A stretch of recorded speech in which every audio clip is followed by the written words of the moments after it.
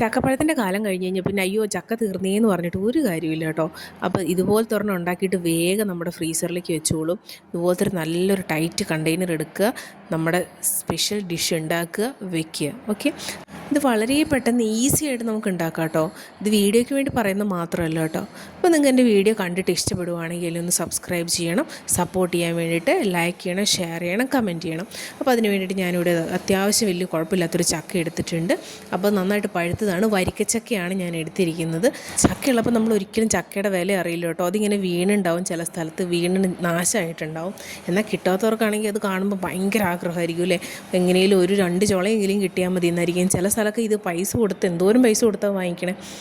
അപ്പോൾ നമുക്ക് വീഡിയോയിലേക്ക് കടന്നിട്ട് എങ്ങനെയാണ് ചക്ക വരട്ടി ഉണ്ടാക്കുന്നതെന്ന് നോക്കാം.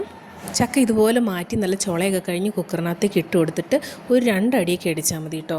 നമ്മൾ കുക്കറിനകത്തേക്ക് ഇടുമ്പം 1/2 ഗ്ലാസ് വെള്ളം ഒഴിച്ച് കൊടുക്കുന്നുണ്ട്, അടി പിടിക്കാണ്ടിരിക്കാൻ വേണ്ടിയിട്ട്.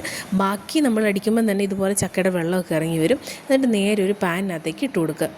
എന്നിട്ട് ഈ വെള്ളമൊക്കെ ഒന്ന് ഏകദേശം വറ്റി വരുമ്പോൾ അതിനകത്തേക്ക് നമ്മൾ ശർക്കര ഇട്ട് കൊടുക്കുക.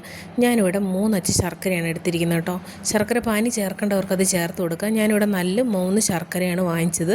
കാരണം പാനി ചേർക്കുമ്പോൾ കുറച്ചും കൂടെ വെള്ളം കൂടുതലാവുന്നതുകൊണ്ട് ഞാനങ്ങനെ ചെയ്തില്ല, ഇങ്ങനെയാണ് ചെയ്തത്.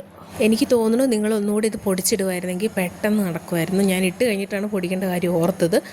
അപ്പോഴേക്കും ഇട്ടു, നല്ല ചൂടൊക്കെ ആയായിരുന്നു. അപ്പോൾ നിങ്ങൾ ചെയ്യണേക്കാൻ മുന്നേ ഇതൊന്ന് പൊടിച്ചിട്ടിടുക. അപ്പോൾ പെട്ടെന്നായി കിട്ടും കേട്ടോ. ഇതിങ്ങനെ ഇടയ്ക്കൊന്ന് ഇളക്കി കൊടുത്താൽ മതി കേട്ടോ, അടി പിടിക്കാത്ത രീതിയിലൊന്ന് ഇളക്കി കൊടുത്താൽ മതി. ഇനി അതിനകത്തേക്ക് നമുക്ക് കുറച്ച് സാധനങ്ങൾ കൂടി ഇട്ട് കൊടുക്കാനുണ്ട്. കുറച്ച് ഏലക്ക പൊടിച്ചത്, അതുപോലെ തന്നെ ചുക്കും പഞ്ചസാരയും കൂടെ ചേർത്ത് പൊടിച്ചത് കേട്ടോ. ഇത് ജസ്റ്റ് ഒന്ന് ക്രഷ് ചെയ്തെടുത്തതാണ്. വെള്ളം ഏകദേശം ഇതുപോലെ വറ്റിയതിന് ശേഷം കേട്ടോ നമ്മൾ ഈ പൊടി ഇട്ട് കൊടുക്കുന്നത്. അപ്പോഴാണ് അതിൻ്റെ ടേസ്റ്റ് വരുള്ളൂ. ആദ്യം ഇട്ട് കൊടുക്കരുത്. ഏലക്കായും പിന്നെ ചുക്കിൻ്റെ ആ ഒരു മണവും അതും വേറെ തന്നെയാണ് കേട്ടോ. ചുക്കും ഏലക്കായും കൂടെ പൊടിച്ചിടുന്നത് നല്ല ടേസ്റ്റാണ്, നല്ല മണമായിരിക്കും. അപ്പോൾ ഇതുപോലെ ഇളക്കുന്ന സമയത്ത് ഇങ്ങനെ വേറിട്ട് നമുക്ക് കിട്ടും കേട്ടോ. അതിന് ശേഷം നമ്മളിത് തണുക്കാൻ വേണ്ടി വയ്ക്കുക. അപ്പോൾ നമ്മുടെ ചക്ക വരട്ടി റെഡി ആയിട്ടുണ്ട്. ഇത്രയും ടേസ്റ്റി ആയിട്ട് നമുക്ക് ചക്ക വരട്ടി വീട്ടിലുണ്ടാക്കാമെങ്കിൽ പിന്നെ നമുക്ക് എന്തിനാണ് വെറുതെ ചക്ക വേസ്റ്റ് ചെയ്യുന്നതല്ലേ.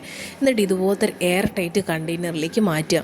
നമുക്കിത് ഫ്രിഡ്ജ് വെച്ച് കഴിഞ്ഞാൽ കഴിക്കാനും പറ്റും, അതുപോലെ തന്നെ പായസം ഉണ്ടാക്കാനും പറ്റും കേട്ടോ. നിങ്ങൾക്ക് വീഡിയോ ഇഷ്ടമായെങ്കിൽ എന്നെ സപ്പോർട്ട് ചെയ്യാൻ വേണ്ടിയിട്ട് സബ്സ്ക്രൈബ് ചെയ്യുക, ലൈക്ക് ചെയ്യുക, ഷെയർ ചെയ്യുക, കമൻറ്റ് ചെയ്യുക.